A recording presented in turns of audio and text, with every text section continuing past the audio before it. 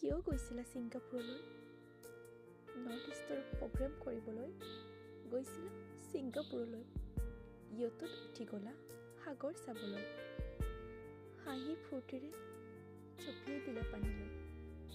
প্ৰথমবাৰতে ভাগৰি তুমি উঠি আহিলা জিৰাবলৈ।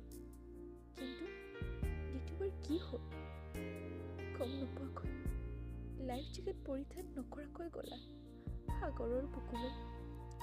সাঁতুৰি নাতুৰি গৈ থাকোঁতে হয়তো ভাগৰুৱা হৈ বোটখন খুজিছিলা ধৰিবলৈ। হঠাৎ কি হ'ল বুজি নাপালোঁ। সেই দৃশ্য ভাহি নাহিল অসমলৈ। কিন্তু ঘপককৈ খবৰ আহিল, জুবিন আৰু নাই। তুমি গুচি গ'লা অসমবাসীক নিথৰা কৰি চিৰদিনলৈ।